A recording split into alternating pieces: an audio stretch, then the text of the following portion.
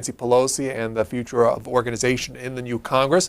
But to get other political news, John Mercurio over at Hotline joins us. Go ahead, sir. Good morning, Pedro. Well, it's only 2006, but starting next week, at least in New Hampshire and Washington, D.C., voters are going to be treated to their first 2008 presidential television ad, a 60-second ad trying to urge Senator Barack Obama to get into the presidential campaign. A group called draftobama.org, which is a group that's trying to encourage Obama to get into this presidential campaign, announced yesterday it is going to start running a 60-second ad in New Hampshire and in Washington State. This will be the first television ad in the presidential campaign that is still 2 years away. There were some ads that were run last year, some radio ads trying to encourage Secretary of State Condoleezza Rice and Rudy Giuliani to get into the campaign.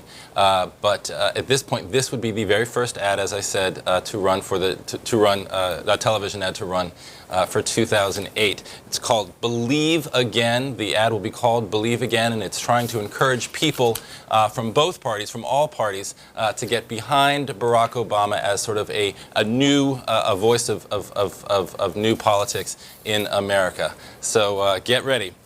Next, I want to talk about a new poll out today, an NBC News Wall Street Journal poll on the 2008 presidential campaign. It's got some warning signs for a Republican front-runner, Senator John McCain, especially if an independent candidate like New York Mayor Michael Bloomberg decides to run. Let me run through these numbers. First, on the Democratic side, despite all the Obama mania that we've been seeing over the past several weeks, Hillary Clinton maintains a strong lead in that race, almost a 2-to-1 lead over Barack Obama. She leads 37% to 18% over Obama. John Edwards in third place, former senator. John Edwards with 14%, and John Kerry with just 11%. That's the top four field in the Democratic side. On the Republican side, you've got Rudy Giuliani, former New York City mayor, leading 34%. McCain second with 29%, and then it falls much farther down the road. Newt Gingrich, former House Speaker, just 10%, and Mitt Romney, who's been creating a lot of buzz in Washington as a Republican candidate, with just 8%. A lot of this, of course, based on name identification at this point in the campaign. What's interesting, though, in the head-to-heads that we looked at, if Michael Bloomberg does decide to run, he poses a strong problem for John McCain. Without Bloomberg in the race, we've seen several polls that have shown that McCain leads Hillary Clinton by a significant amount. With Bloomberg in the race, even though he's from New York City and presumably would draw heavily from Hillary Clinton in New York, Clinton leads McCain 40% to 39%, with Bloomberg taking 10%. And in other races, there seems to be a problem, or in other head-to-heads with McCain without Bloomberg in the race, he's still, at this point, looks like he's having some trouble breaking away from the Democratic candidate.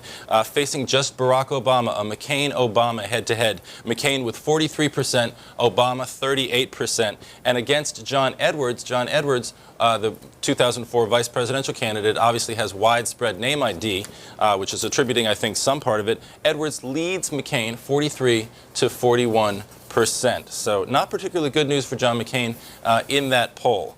And finally today, up in New Hampshire, this out of the New Hampshire Union leader, John DeStaso, their political reporters saying that a lot of Democrats waiting to find out whether former Governor Jeanne Shaheen is going to get into the Senate race, the 2008 Senate race, against her 2002 Republican opponent, Senator John Sununu. But while people are waiting for that, there's another potentially strong candidate who is talking very seriously about running. State Senator David Gottesman of Nashua has said that he's strongly considering the race. He's talking to a lot of political strategists, experts around the state about a run, and is expected to announce over the next several weeks. Another potential candidate, Democrat Steve Marchand, who's the mayor of Portsmouth, New Hampshire, is saying that he plans to announce his decision or his plans in early next year. Now, you remember, of course, Sununu won this race very narrowly in 2002, a very good year for Republicans, against Jeanne Shaheen. It was a little bit of an upset.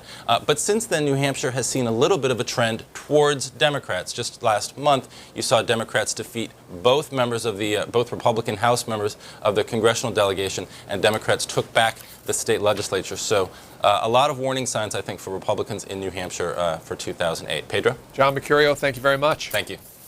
Open phones until 9 o'clock. Here are the numbers: 202-737-0001.